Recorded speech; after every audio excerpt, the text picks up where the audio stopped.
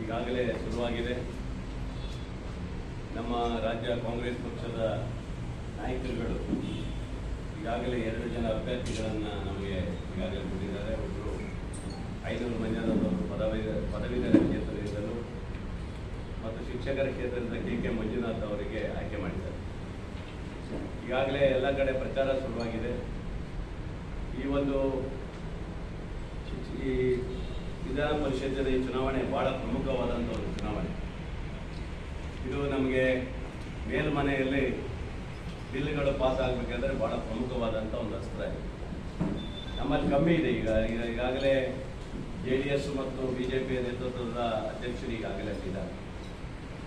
ನಮಗೆ ಮುಂದಿನ ದಿನದಲ್ಲಿ ನಮಗೆ ಹೆಚ್ಚು ಸೀಟ್ ಬರುವ ಅವಕಾಶ ನಮಗೆ ಬೇಕಾಗಿದೆ. ಅದರಿಂದ ನಮ್ಮ ಎಲ್ಲ ಸೀಟುಗಳನ್ನು ಗೆಲ್ಲಕ್ಕೆ ನಾವು ಹೋರಾಟ ಮಾಡಬೇಕು.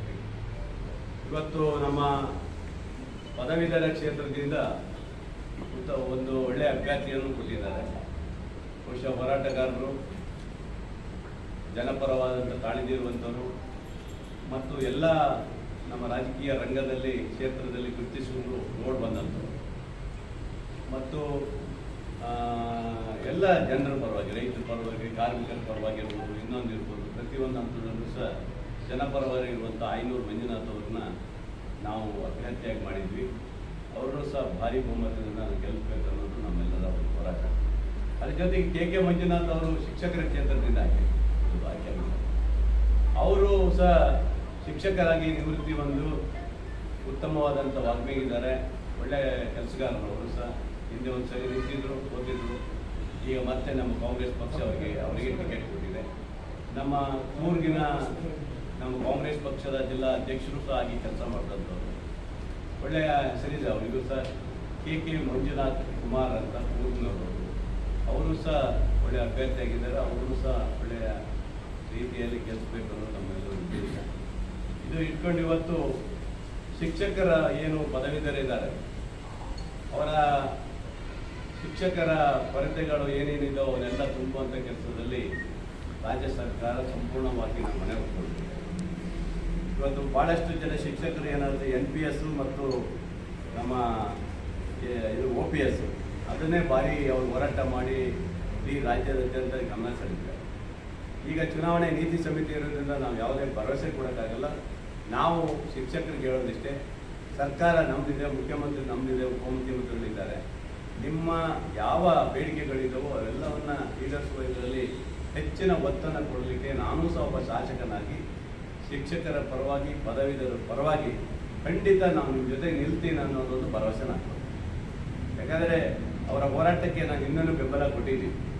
ಈಗಾಗಲೇ ಈಗ ನಮ್ಮ ಏನು NPS ಇದೆಯಲ್ಲ, ಅದು OPS ಮಾಡಬೇಕನ್ನೋದು ಏನಿದೆ ಅದು ಈಗಾಗಲೇ ಒಂದು ಕಮಿಟಿಯಲ್ಲಿ ಈಗಾಗಲೇ ಕೊಟ್ಟಿದ್ದಾರೆ. ಮುಖ್ಯಮಂತ್ರಿಗಳು ಆಗಲೇ ಕಮಿಟಿಯಲ್ಲಿ ಕೊಟ್ಟಿದ್ದಾರೆ. ಬೇಗ ಚುನಾವಣೆ ಬಂದುಬಿಟ್ಟು ಈಗ ಇದು ಮಾಡಲಿಕ್ಕೆ ಆಗಲಿಲ್ಲ. ಆ ಕಮಿಟಿ ಆಧಾರ ಇಟ್ಕೊಂಡು ಮುಂದೆ ಏನು ಮಾಡಬೇಕು ಅನ್ನೋದನ್ನು ಸಹ ಮುಖ್ಯಮಂತ್ರಿಗಳು ಗಮನದಲ್ಲಿ ಇಟ್ಕೊಂಡಿದ್ದಾರೆ. ಹಾಗಾಗಿ ಇವತ್ತು BJP ಮತ್ತು JDSನವರು ಗೆಲ್ಲಿಸಿದರೆ ಏನೂ ಉಪಯೋಗ ಆಗುತ್ತೆ. ಯಾಕಂದರೆ ಅವ್ರು ಯಾವ ಇದನ್ನು ಮಾಡಲಿಕ್ಕೆ ಬರೋದಿಲ್ಲ. ನಮ್ಮದೇ ಸರ್ಕಾರ ಆಗಿರೋದ್ರಿಂದ, ನಮ್ಮದೇ ಅಧಿಕಾರ ಇರೋದ್ರಿಂದ, ನಮ್ಮ ಸರ್ಕಾರದ MLA ನಾನೇ ಇರೋದ್ರಿಂದ ನಮ್ಮ ಕ್ಷೇತ್ರದ ಶಿಕ್ಷಕರಿಗೆ ಮತ್ತು ಪದವೀಧರರಿಗೆ ಗ್ಯಾರಂಟಿ ಕೊಡಲಿಕ್ಕೆ ನಾವು ಅವಕಾಶ ಇದೆ. ಅದರಿಂದ ಅವರ ಸಹಕಾರ ಬೇಕು, ಅವರ ಸಲಹೆ ಬೇಕಾಗಿದೆ. ಇವತ್ತು ಒಳ್ಳೆಯ ಅಭ್ಯರ್ಥಿಗಳನ್ನು ಕೊಟ್ಟಿದ್ದೀವಿ. 500 ಮಂಜುನಾಥ್ ಅವ್ರನ್ನ ಮತ್ತು ಕೆ ಮಂಜುನಾಥ್ ಅವರು, 2 ಮಂಜುನಾಥ್ ಅವರೇ ಇದ್ದಾರೆ. ಇಬ್ಬರನ್ನ ಸಹ ನಮ್ಮ ಶಿಕ್ಷಕರು, ಪದವೀಧರರು ಅತ್ಯಂತ ಹೈ ಲೀಡಲ್ಲಿ ಗೆಲ್ಲಿಸ್ಕೊಳ್ಬೇಕು ಅಂತೇಳಿ ಅವರಲ್ಲಿ ಕಳಕಳಿಯಿಂದ ನಾನು ಕೇಳ್ಕೊಳ್ತಿದ್ದೇನೆ. ಎಲ್ಲ ಕಡೆ ಹೋಗ್ಬೇಕಲ್ಲ, ಸುಮಾರು 5-6 ಜಿಲ್ಲೆ ಬರ್ತದೆ. ಎಲ್ಲ ಜಿಲ್ಲೆಗಳನ್ನು ಈಗಾಗಲೇ ಭೇಟಿ ಮಾಡಿದ್ದಾರೆ. ಅದ್ರ ಜೊತೆಗೆ ಬನ್ನಹಳ್ಳಿ ಕ್ಷೇತ್ರದಲ್ಲಿ ಬನ್ನಹಳ್ಳಿ, ನ್ಯಾಮತಿ, ಚನ್ನಗಿರಿ 3 ತಾಲೂಕು ಬರ್ತದೆ. ಬನ್ನಹಳ್ಳಿ, ನ್ಯಾಮತಿ, ಚನ್ನಗಿರಿ ತಾಲೂಕುಗಳು ಸಹ ದಾವಣಗೆರೆ ಇದಕ್ಕೆ ನಮಗೆ ಜಿಲ್ಲೆಗೆ ಬಂದು ಅದು ಸೇರ್ತಾರೆ. ಅದನ್ನು ಸೇರಿಸಿಕೊಂಡು ಇವತ್ತು ಕಾರ್ಯವನ್ನು ಮಾಡಬೇಕಾಗಿದೆ. ನಾನು ನನ್ನ ಕಾರ್ಯಕರ್ತರಿಗೆ, ಮುಖಂಡರಿಗೆ ಮತ್ತು ಎಲ್ಲರಿಗೂ ಹೇಳೋದಿಷ್ಟೇ, ಈ ಚುನಾವಣೆಯನ್ನು ಹಗುರವಾಗಿ ಯಾರು ತೆಗೆದುಕೊಳ್ಬೇಡಿ. ಒಳ್ಳೆಯ ರೀತಿಯ ಕೆಲಸ ಮಾಡಿ ಅಂತ ನಾವು ಕೊಟ್ಟಿದ್ದೀವಿ. ಈಗಾಗಲೇ ಒಂದು ಸುತ್ತಿನ ನಮ್ಮ ಕಾರ್ಯಕರ್ತರು, ಮುಖಂಡರುಗಳು ಈಗಾಗಲೇ ಶಿಕ್ಷಕರನ್ನೆಲ್ಲ ಭೇಟಿ ಮಾಡ್ತಾ ಇದ್ದಾರೆ.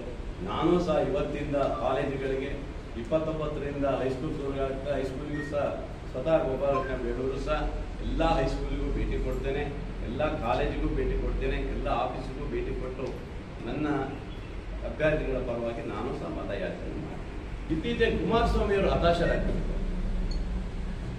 ಮಾತೆತ್ತರೆ ಮುಖ್ಯಮಂತ್ರಿಗಳ ಮೇಲೆ, ಉಪಮುಖ್ಯಮಂತ್ರಿಗಳ ಮೇಲೆ ಬಹಳ ಕೀಳು ಮಟ್ಟದ ಮಾತನ್ನ ಆಡ್ತಾರೆ. ಒಬ್ಬ ಮುಖ್ಯಮಂತ್ರಿಯಾಗಿ ಮಾಜಿ ಮುಖ್ಯಮಂತ್ರಿ ಆದಂಥವ್ರು ಅವರ ಹಿಡಿತ ತಪ್ಪೋಗ್ಬಿಟ್ಟಿದೆ. ಅಂದ್ರೆ ನಾನು ತನ್ನ ಅಣ್ಣನ ಮಗ ಕೇಸಲ್ಲಿ ಸಿಕ್ಕಾಕೊಂಡ್ರೆ ಇದು ಸಾಮಾನ್ಯ ಕೇಸ್ ಏನಲ್ಲ, ಇದು ಇಡೀ ದೇಶ ತಲೆ ತಗ್ಸುವಂತ ಕೇಸ್ ಇದ್ರು ಸಹ ಅವರು ಮಾತಾಡುವ ನಡವಳಿಕೆಗಳಿದಾವಲ್ಲ, ಬಿಜೆಪಿ ಸೇರ್ಕೊಂಡ ಮೇಲೆ ಬಿಜೆಪಿ ಅವ್ರದ್ದು ಮಾತಿಲ್ಲ, ಯಾರದಿಲ್ಲ, ಇವ್ರದ್ದು ಬಹಳ ಅತಿಯಾಗಿ ಇದಾಗ್ತದೆ. ಇವ್ರು ಖಂಡನೆ ಮಾಡ್ತಾರೆ. ಯಾವ ಉದ್ದೇಶದಿಂದ ನೀವು ಮಾತಾಡ್ತೀರಿ? ಪ್ರಜ್ವಲ್ ರೇವಣ್ಣ ಹೋಗ್ಬೇಕಾದ್ರೆ ಅವತ್ತೇನು ಕೇಸ್ ಆಗಿರ್ಲಿಲ್ಲ, ಕೇಸ್ ಆಗೋದ್ರೊಳಗೆ ಕೇಸ್ ಅದಾದ್ರೊಳಗೆ ಅವನು ಓಡೋಗಿದ್ದಾನೆ ಅಲ್ಲಿಗೆ ಅಲ್ವಾ. ಇವತ್ತು ಹೈಕಮಾಂಡ್ ಇವತ್ತು ಕೇಂದ್ರ ಸರ್ಕಾರ ಮಾಡ್ಬೇಕು ಅದನ್ನೆಲ್ಲ. ಕೇಂದ್ರ ಸರ್ಕಾರ ಮನಸ್ಸು ಮಾಡಿದ್ರೆ ಅವನು 26 ಗಂಟೆ ಕರ್ಕೊಂಡು ಬರುವಂತ ವ್ಯವಸ್ಥೆ ಇದೆ. ನೀವು ಮನಸ್ಸು ಮಾಡ್ತಾ ಇಲ್ಲ. ನೀವು ಯಾಕಂದ್ರೆ ಹೊಂದಾಣಿಕೆ ಮಾಡ್ಕೊಂಡ್ರೆ ಮಾನ ಮರ್ಯಾದೆ ಹೋಗುತ್ತೆ. ಮಾನ ಮರ್ಯಾದೆ ಹೋಗಿದೆ, ಹೋಗೋದೇನಲ್ಲ. ಹೌದು, ಇಷ್ಟೆಲ್ಲ ತಪ್ಪು ಮಾಡಿ ಸಹ ತಾನು ನನ್ನ ಮಗ ಅನ್ನೋ ಒಂದ್ ಕಡೆ ಹೇಳೋದು, ಒಂದ್ ಕಡೆ ನನ್ನ ಮಗ ಅಲ್ಲ, ಅವ್ರಿಗೂ ನಮಗೆ ಸಂಬಂಧ ಇಲ್ಲ ಅನ್ನೋದು. ಸಿಡಿಯನ್ನ ಹಿಂದೆ ಇವರೇ ವಿಧಾನಸೌಧ ನಡೀತಿರ್ಬೇಕಾದ್ರೆ ತೆಗೆದು ತೋರಿಸ್ತಾರೆ. ಯಾರು? ನನ್ನ ಹತ್ರ ಸಿಡಿ ಇದೆ ಅಂತ ಹಿಂಗೆ ಎತ್ತೆ ತೋರಿಸ್ತಾರೆ, ನೋಡಿದಿರಲ್ಲ, ಪೆಂಡ್ರೆ ನನ್ನ ಹತ್ರ ಇದೆ ಹಿಂಗ. ಇವರೇ ಮಕ್ಕಳಾಟ ಆಡಿದ್ರು. ಇವರೇ ಒಬ್ಬ ಮುಖ್ಯಮಂತ್ರಿ ಆಗಿ ನೀವು ಮಕ್ಕಳಾಟ ಆಡಿದಿರಲ್ಲ, ಅವತ್ತು ನೀವು ಯಾಕೆ ತೋರಿಸಿದ್ರಿ ಸಿಡಿ ಇದೆ ನನ್ನ ಹತ್ರ, ಇದು ಪೆಂಡ್ರೆ ಇದೆ ಅಂತ ಯಾಕೆ ತೋರಿಸಿದ್ರಿ ನೀವು? ಇದು ಹುಡುಗಾಟಿಗೆನ ಇದು? ನೀವು ಎತ್ತು ತೋರಿಸಿದ ಪೆಂಡ್ರೇನೆ ಇಡೀ ರಾಜ್ಯ ಹಂಚಿದ್ದಾರೆ ಬಹಳ ಜನ. ನೀವೇ ಕೊಟ್ಟಿರ್ಬೋದು ನಿಮ್ಮ ಮಗಂದು ಅವನ ಭವಿಷ್ಯ ಹಾಳಾಗಕ್ಕೆ. ಯಾಕೆ ನಿಮಗೆ ರೇವಣ್ಣಿಗೆ ಆಗಲ್ಲ ಅಂತೇಳಿ. ಅಂದ್ರೆ ಮುಖ್ಯಮಂತ್ರಿ ಆದಂಥವರು ಎಚ್ ಡಿ ಕುಮಾರಸ್ವಾಮಿ ಗೌರವ ಇತ್ತು. ಇವತ್ತು ಆ ಗೌರವನ್ನೆಲ್ಲ ಹಾಳು ಮಾಡ್ಕೊತಾ ಇದ್ದಾರೆ. ಯಾವ ಉದ್ದೇಶಕ್ಕೆ ಅಂತ ಹೇಳಿದ್ರೆ, ನಾನು ಬಿಜೆಪಿ ಜೊತೆ ಸೇರ್ಕೊಂಡಿದ್ದೀನಿ, ನಾನು ಅವ್ರಿಗೆ ಕೆಟ್ಟ ಹೆಸರು ಬರ್ಬಾರ್ದು, ನಮಗೆ ಅವ್ರಿಗೆ ತೊಂದರೆ ಆಗಬಾರ್ದು ಎಲೆಕ್ಷನ್ ಆಗಿ ಅನ್ನೋ ರೀತಿಯಲ್ಲಿ ಅವರು ಈ ತರ ಅವರು ವರ್ತನೆ ಮಾಡ್ತಾರೆ, ಖಂಡನೆ ಮಾಡ್ತಾರೆ. ಏನ್ SIT ಬಂದು ಒತ್ತಡ ಹಾಕ್ತಾರೆ. ನೀವು CBI ಕೊಟ್ಬಿಟ್ಟಿದ್ರಾ? ನೋಡ, ಹಂಗಾದ್ರೆ ಒಂದು ಕೆಲಸ ಮಾಡಿ, ಹಾಲಪ್ಪನ ಕೇಸ್ ಇದಾಯ್ತಲ್ಲ, ಅವ್ರು CBI ಕೊಟ್ರ, ಬೇರೆಯವ್ರದ್ದೆಲ್ಲ ಕೇಸ್ ಆಯ್ತು CBI ಕೊಟ್ರ. ಈಗ ಯಡಿಯೂರಪ್ಪ ಬಂದಿದೆ, ಹಂಗಾರೆ ಅದನ್ನು CBI ಕೊಡ್ತೀರಾ? ಯಡಿಯೂರಪ್ಪನ ಮೇಲೆ ಯಾರೋ ಒಂದು ಹೆಂಗಸು ಕೊಟ್ಟಿದ್ದಾರೆ, ಅದನ್ನ ನೀವು CBI ಕೊಡ್ತೀರಾ? ಇದೆಲ್ಲ ಏನಂದ್ರೆ ನೀವು ಮಾತಾಡ್ತೀರಿ ನೀವು? ಇದು ದೊಡ್ಡ ಕೇಸು, ಇಡೀ ರಾಜ್ಯ ತಲೆ ತಗ್ಸುವಂತ ಒಬ್ಬ MP ಮಾಡಿದ್ದಾನೆ. ಇದನ್ನ ಯಾವತ್ತೂ ಹಗುರ ಮಾಡುವಂತ ಪ್ರಶ್ನೆ ಇಲ್ಲ. SIT ಅವರು ತಮ್ಮ ಕಾರ್ಯವನ್ನು ನಮ್ಮ ಪೊಲೀಸ್ನವ್ರು ಮಾಡ್ತಾರೆ. ನೀವೇನಾದ್ರು CBI ಕೊಟ್ಟಿದ್ರೆ ನಾವು ಕೊಡ್ಬೋದು, ಕೊಡೋಂಥದ್ದಲ್ಲ. ಇಂಥ ಹೇಸಿಗೆ ಕೇಸ್ನೆಲ್ಲ CBI ಕೊಡೋಕ್ಕಾಗತ್ತಾ? ಅಶೇಯ ಕೇಸನ್ನ CBI ಕೊಡೋಕ್ಕಾಗತ್ತಾ? ಶುರುವಾಗಿದೆ. ಈಗ ನಮಗೂ ಸಹ ನೀತಿ ಸಮಿತಿಗಳಿಂದ ಮೀಟಿಂಗ್ ಮಾಡಂಗಿಲ್ಲ, ಆದ್ರೂ ಸಹ ಇವತ್ತು ಅಧಿಕಾರಿಗಳಿಗೆಲ್ಲ ಎಲ್ಲ ತಿಳಿಸುವಂತ ಪ್ರಶ್ನೆ ಆಗಲೇಬೇಕಾಗಿದೆ. ಯಾಕಂದ್ರೆ ಬಹಳಷ್ಟು ಕಡೆ ಹಾನಿಯಾಗಿದೆ, ಮರ ಬಿದ್ದಿದೆ, ಮನೆಗಳು ಬಿದ್ದೋಗಿದೆ, ಕೆಲವು ಕಡೆ ಎಲ್ಲ ತುಂಬಾ ಹಾನಿಯಾಗಿದೆ. ಅವಕ್ಕೆಲ್ಲವೂ ಸಹ ಈಗಾಗಲೇ ರಿಪೋರ್ಟ್ ಹಾಕಿ ರಾಜ್ಯ ಸರ್ಕಾರಕ್ಕೆ ನಾವು ಕಳಿಸ್ಕೊಟ್ಟಿದ್ದಾರೆ. ಅದು ಖಂಡಿತ ಮುಂದಿನ ದಿವಸದಲ್ಲಿ ಯಾರಿಗೂ ತೊಂದರೆ ಆಗ ರೀತಿ ನೋಡ್ಕೊಳ್ಬೇಕು ಅನ್ನೋದು ನಾವು ಸಹ ಅಧಿಕಾರಿಗಳಿಗೆ ಕಿವಿ ಮಾತನ್ನು ಹೇಳ್ತೀವಿ.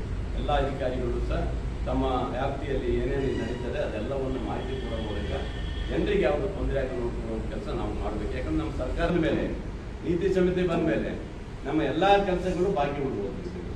ಇದು ದೇಶದ ಯಾವ ಚುನಾವಣೆ ಅಂತ ನನಗೆ ಅರ್ಥ ಆಗ್ತದೆ. ಇಷ್ಟೊಂದು ಬಹಳ ದೂರ ಆಗ್ಬಿಟ್ರೆ ಅಭಿವೃದ್ಧಿ ಬಹಳ ಕಷ್ಟ ಆಗುತ್ತೆ, ಬಹಳ ಕಷ್ಟ ಆಗುತ್ತೆ.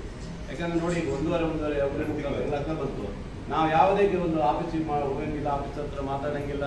ಇವತ್ತು ಏನೋ ಅಭಿವೃದ್ಧಿ ಮಾಡಕ್ಕೆ ನಮ್ಗೆ ಆಗ್ತಾ ಇಲ್ಲ ಅನ್ನೋ ಸ್ಥಿತಿ ಆಗಿದೆ. ಕಾರಣ 2 ತಿಂಗಳಾಗ್ತಾ ಬಂದ್ರೆ ಬಹಳ ಕಷ್ಟ ಆಗುತ್ತೆ. ಅದರಿಂದ 7ನೇ ತಾರೀಕುವರೆಗೂ ನಾವು ಏನೂ ಮಾಡೋ ಪರಿಸ್ಥಿತಿಯಲ್ಲಿ ನಾವು ಇದ್ದಂಗೆ ಆಗಿದ್ವಿ. ಹಾಗಾಗಿ ಅಧಿಕಾರಿಗಳೇ ಅದನ್ನ ಮಾಡುವುದರಿಂದ ಸಮಸ್ಯೆ ಬರ್ತದೆ. ಹಂತದಲ್ಲಿ ಮುಗಿಸ್ಬಿಡ್ಬೇಕ್ರೆ ಇದೇನು ಲೋಕಸಭೆ ಚುನಾವಣೆ ತರ ಕಾಣಲ್ಲ, ಗ್ರಾಮ ಪಂಚಾಯತ್ ಚುನಾವಣೆ ತರ ಕಾಣ್ತದೆ ನಮ್ಗೆ. ಈಗಾಗಲೇ ಇಡೀ ದೇಶದ ಚುನಾವಣೆ ಒಂದು ಗ್ರಾಮ ಪಂಚಾಯತಿ ಚುನಾವಣೆ ತರ ಕಾಣ್ತದೆ. ಇಡೀ ದೇಶದ ಚುನಾವಣೆ ಹಂಗಿದೆ. ಆ ವಾತಾವರಣನೇ ಇಲ್ಲ. MPI ಚುನಾವಣೆಯ ಅವತ್ತಿನ ವಾತಾವರಣ ಇವತ್ತು ಇಲ್ಲೇ ಇಲ್ಲ. ಬಿಡಿ, 7 ಹಂತದಲ್ಲಿ ಮಾಡಿದರೆ ನೋಡಿ ಎಷ್ಟು ಅನಾಹುತಗಳಾಗ್ತದೆ. ಎಷ್ಟು ಅದನ್ನ ನನಗೆ ಮನವಿ ಕೊಟ್ಟಿದ್ರು. ಅಷ್ಟರ ಮೇಲೆ SP ಅವರ ಹತ್ರ, DSP ಮತ್ತೆ ಎಲ್ಲರೂ ಹತ್ರ ಮಾತಾಡಿ ಇದನ್ನ ಹಿಡಿಬೇಕು ಅಂತ ಹೇಳಿ ಇದು ಮಾಡಿದಾಗ ಪ್ಲಾನ್ ಮಾಡಿ ನಿಂತಿದ್ದಾರೆ. ಸುಮಾರು 100 ಕ್ವಿಂಟಲ್ ಅಕ್ಕಿ ಈಗಾಗಲೇ ಸಿಕ್ಕಿದೆ. ಅದು ಅವರು ಒಂದು 5-6 ಜನ ಕಳ್ಳರು ಶಿಕಾರಿಪುರ ಕಡೆಯಿಂದ ಸಿಕ್ಕಿದ್ದಾರೆ. ಸಂಪೂರ್ಣವಾದಂತ ಎಲ್ಲ ಕಳ್ಳರನ್ನು ಹಿಡಿಯುವಂತ ಇದರಲ್ಲಿ ನಮ್ಮ ಪೊಲೀಸ್ ಇಲಾಖೆ ಯಶಸ್ವಿಯಾಗಿದ್ದಾರೆ. ಅವ್ರಿಗೆ ಅಭಿನಂದಿಸ್ತೀನಿ. ಪಾಪ ಹೋಸರಿ ಬಿಟ್ಕೊಟ್ಟಿದ್ರು, ಏನು MLA ಟಿಕೆಟ್ ಇದ್ರೆ ಅವ್ರಿಗೆ ಬಿಟ್ಕೊಟ್ಟಿದ್ರು. ಅವ್ರಿಗೆ ಕೊಡ್ತೀನಿ ಅಂತ ಹೇಳಿದ್ರಂತೆ, ಅವರಿಗೂ ಕೊಟ್ಟಿಲ್ಲ. ಅವರು ಈಗ ಪಕ್ಷೇತರ ಹಾಕಿ ಇಂಥವೆಲ್ಲ ಘಟನೆಗಳು ಒಂದ್ಸರಿ ಆಕಸ್ಮಿಕ ಆಗ್ತವೆ. ಅದನ್ನ ಗಂಭೀರ ಅಂತ ಆದಂಥ ಸಂದರ್ಭದಲ್ಲಿ ಯಾರೋ ಪೊಲೀಸರು ಈ ಥರ ಆಗುತ್ತಂತ ಘಟನೆ ಗೊತ್ತಿರಲ್ಲ. ಆದಂಥ ಸಂದರ್ಭದಲ್ಲಿ ಇದು ತಪ್ಪು, ಇದನ್ನು ಖಂಡನೆ ಮಾಡಬೇಕು. ಜೊತೆಗೆ ಯಾರೇ ವ್ಯಕ್ತಿ ಆದರೂ ಅಂಥವ್ರನ್ನ ಬಿಡಬಾರ್ದು. ನೀವು ನೋಡಿ, ಒಬ್ಬ ಹರೀಶ್ ಪೂಂಜಾ ಅಂತ ಒಬ್ಬ ವ್ಯಕ್ತಿ MLA ಸ್ಟೇಷನ್ಗೆ ಹೋಗಿ ನಿಮ್ಮ ಅಪ್ಪಂದಲ್ಲ ಸ್ಟೇಷನ್ ಅಂತ ಹೇಳಿ ಅವ್ರನ್ನೆಲ್ಲ ಅವಾಜ್ ಹಾಕಿ ಬಿಡ್ಸಿಕೊಂಡು ಹೋಗ್ತಾನೆ. ಅಂದರೆ ಇವರೇ ಒಬ್ಬ MLAನೇ ಹಿಂಗೆ ಮಾಡಿದರೆ ಸಾರ್ವಜನಿಕರು ಏನು ಮಾಡ್ಬೋದು ಉದಾಹರಣೆ ನೀವು ತಿಳ್ಕೋಬೇಕು. ಇವರು BJP ಹೇಳ್ತಾರಲ್ಲ, ನಿಮ್ಮ ಸರ್ಕಾರದಲ್ಲಿ ನಮ್ಮ ಇದು ಗೃಹ ಇಲಾಖೆಯಲ್ಲಿ ವಿಫಲ ಆಗಿದೆ, ಹಾಗಾಗಿದೆ ಅಂತ. ಎಲ್ಲೋ ಒಂದು ಘಟನೆಯನ್ನ ವಿಫಲ ಆಗಿದೆ ಅಂತ ಹೇಳ್ಬಿಟ್ಟು ತಡ್ಕೊಂಡ್ಬಿಡ್ತಾರ. ಆದರೆ ಏನು ಹರೀಶ್ ಪೂಜೆ ಮಾಡಿದ್ದೇನು? ಅವನು ಅರೆಸ್ಟ್ ಮಾಡಿದ್ರೆ ಹೇಳ್ತಾನೆ, ವಿಜೇಂದ್ರ ಹೇಳ್ತಾನೆ, ಅವ್ನು ಅರೆಸ್ಟ್ ಮಾಡಿದ್ರೆ ರಾಜ್ಯದಲ್ಲಿ ನಾವು ಕೈಕಟ್ಟಿ ಕೂತ್ಕೊಳ್ಳಲ್ಲ ಅಂತಾನೆ. ಅಂದ್ರೆ ಅರ್ಥ ಇದೆ ಇವ್ರದ್ದು, ಎರಡು ತಲೆನೇ ಇವರಿಗೆ. ಅರ್ಥ ಏನು ಅಂದರೆ ಗೃಹ ಇಲಾಖೆ ತನ್ನ ಕೆಲಸವನ್ನ ಮಾಡಬೇಕು, ಇಲ್ಲ ಅಂತಿಲ್ಲ. ಒಂದೇ ಸರಿಗೆ ಆಕಸ್ಮಿಕವಾಗಿ ನಿನ್ನೆ ಆನಂದ್ ಬಲ್ಲು ಅವ್ರು ಕತ್ತಿ ಹಿಡ್ಕೊಂಡ್ಬಿಟ್ಟಿದ್ದಾನಪ್ಪ. ಅವನು ಯಾವನ ಅಲ್ಲಿ ಕತ್ತಿ ಇದ್ದಂತ ತಗೋಬಿಟ್ಟಿದ್ದಾನೆ, ಕುಡಿದು ಬಿಟ್ಟಿದ್ದಾನೆ. ಈಗ ಅದನ್ನ ಏನ್ ಮಾಡಕ್ಕಾಗತ್ತೆ? ಅದಂತ ಅದು ಗೊತ್ತಿರುತ್ತೆ ಪೊಲೀಸರಿಗೆ, ಅಲ್ಲೇನಾದ್ರು ಕತ್ತಿ ಹಿಡಿತಾನಂತ. ಆಕಸ್ಮಿಕ ಅಂಥವ್ರನ್ನ ಬಿಡಬಾರ್ದು, ಅಂಥವ್ರು ತಗೊಂಡು ಜೈಲಿಗೆ ಕಟ್ಟಬೇಕಷ್ಟೇ. ಅಂಥ ಘಟನೆಗಳು ಬಂದಾಗ ನಾವು ಕಾನೂನಿನ ರೀತಿಯಲ್ಲಿ ಏನು ಮಾಡುತ್ತೋ ಅದು ನಾವು ಮಾಡಬೇಕು. ಖಂಡಿತ ರಾಜ್ಯದಲ್ಲಿ ಯಾವುದೇ ಸುವ್ಯವಸ್ಥೆ ಆಗಿಲ್ಲ, ಏನೂ ಆಗಿಲ್ಲ. ಯಾವುದೋ ಒಂದು ಘಟನೆಗಳನ್ನು ಇವರು ಅಷ್ಟೊಂದು ಬಿಂಬಿಸೋದು ಬೇಡ. ಅದು ಇವ್ರ ಕಾಲದಲ್ಲೂ ಬೇಕಾದಷ್ಟು ಆಗೋಗಿದ್ದಾವೆ, ಬೇಕಾದಷ್ಟು ಇವ್ರ ಕಾಲದಲ್ಲಿ ಆಗೋಗಿದ್ದಾವೆ. ಹಂಗಂತೇಳಿ ಅವ್ರು ಮಾಡಿದ್ದು ನಾವು ಮಾಡಕ್ಕೆ ಹೋಗ್ಬೋದು. ಕಟ್ಟುನಿಟ್ಟಿನ ಕ್ರಮ ತಗೋಬೇಕು. ಆ ಥರ ವಾತಾವರಣ ಎಲ್ಲೂ ಕಾಣ್ತಿಲ್ಲ. ಹತಾಶರಾಗಿ ಇವತ್ತು BJPಯವರು JDSನವರು ಆ ರೀತಿ ಹೇಳಿಕೆ ಕೊಡ್ತಾರೆ ಅಷ್ಟೇ. ಈ ಸರ್ಕಾರ 5 ವರ್ಷ ಭದ್ರವಾಗಿ ಯಾವುದೇ ತೊಂದರೆ ಇದ್ದಂಗೆ ನಡ್ಸ್ಕೊಂಡು ಹೋಗುತ್ತೆ. ನಾವು ತೆಗಿತೀವಿ ಅನ್ನೋ ಕನ್ಸನ್ ಇದು. ಆವಾಗ ಬಿಡಿ, ಆವಾಗ 100 ಸೀಟ್ ಬಂದಿತ್ತು, 16-17 ಜನ ಹೋಗ್ಬಿಟ್ರು, ಅದು ಬೇರೆ ಬೇಕು. ಆದರೆ ಇವತ್ತು ಆ ವಾತಾವರಣ ಇಲ್ಲ ಸರ್. ಮಾತದಲ್ಲ, ಅಸ್ಸಾಂ ಸರ್ಕಾರದಲ್ಲಿ ಕಾಂಗ್ರೆಸ್ ಬಹುಮತ ಇದ್ದಾಗ 44 ಜನ MLAಗಳನ್ನು BJP ತಗೊಂಡೋಗಿದ್ರು. ಹಾಗಾದ್ರೆ ಕರ್ನಾಟಕದಲ್ಲಿ ದೊಡ್ಡ ಮಾತಾದು ಅಂತ. ಅಲ್ಲಿಗೂ ಇಲ್ಲಿಗೂ ಬಹಳ ದೊಡ್ಡದು. ಇಲ್ಲಿ ಘಟನೆಗಳು ಇರುವ ಕಾಂಗ್ರೆಸ್ ಪಕ್ಷ ಇದೆ ಇಲ್ಲಿ, ಅಲ್ಲಿ ಯಾವುದಿದ್ರು ನನಗೆ ಗೊತ್ತಿಲ್ಲ. ಈ ಸರಿ ಆ ಥರ ವಾತಾವರಣ ಇಲ್ಲ. ವಿಜೇಂದ್ರದಕ್ಕಿಂತ ಸ್ಟ್ರಾಂಗ್ ಲೀಡರ್ ಕಾಂಗ್ರೆಸ್ ಅಲ್ಲಿ ಇದ್ದಾರೆ, ಗೊತ್ತಾಯ್ತಾ? DK ಅಂತ ಇದ್ದಾರೆ, ಸಿದ್ದರಾಮಯ್ಯ ಅಂತ ಇದ್ದಾರೆ, ಬಹಳ ದೊಡ್ಡ ವ್ಯಕ್ತಿಗಳಿದ್ದಾರೆ, ಗೊತ್ತಾಯ್ತಾ? ಅಂಥವೆಲ್ಲ ನಡೆಯಲ್ಲ. ಜನರಿಂದ ಅವರು ಮುಖ್ಯಮಂತ್ರಿ ಆಗಿ ಗಮನಕ್ಕೆ ಗೊತ್ತಿಲ್ಲ. ವ್ಯಾಭಿಚಾರದಲ್ಲೇ ಬಂದಿದ್ದಾರೆ, ಅಡ್ಡದಾರಿಯಲ್ಲೇ ಬಂದಿದ್ದಾರೆ ಇವರು. ಈಗ ನೋಡಿ, ಯಡಿಯೂರಪ್ಪನ ಕಾಲದಲ್ಲೂ 110 ಒಳಗೆ, 104, 110 ಒಳಗೆ. ಮೊನ್ನೆನೂ ಹಿಂದಿನ ಚುನಾವಣೆಯಲ್ಲೂ 110 ಬಂದಿದ್ದವರು. ಈ ತರ ಮೆಜಾರಿಟಿ ಯಾವತ್ತೂ ಅವ್ರು ಗೆದ್ದಿಲ್ಲ. ಈ ತರ ಅಡ್ಡದಾರಿಯಲ್ಲಿ ಬಂದು ಅಡಿಬಿ ದುಡ್ಡಲ್ಲಿ ಇವತ್ತು ರಾಜಕಾರಣ ಮಾಡಿದ್ದಾರೆ ಅವರು. ಮೊನ್ನೆ ರುಚಿ ನೋಡ್ಬಿಟ್ಟಿದ್ದಾರಲ್ಲ, ಹಂಗಾಗಿ ಮತ್ತೆ ಪ್ರಯತ್ನ ಮಾಡೋಣ ಅಂತ ಮಾಡ್ತಾರೆ. ಅದು ನಡೆಯಕ್ಕೆ ನಾವು ಬಿಡೋದಿಲ್ಲ, ಅದು ಬಿಡೋದೂ ಇಲ್ಲ ನಾವು.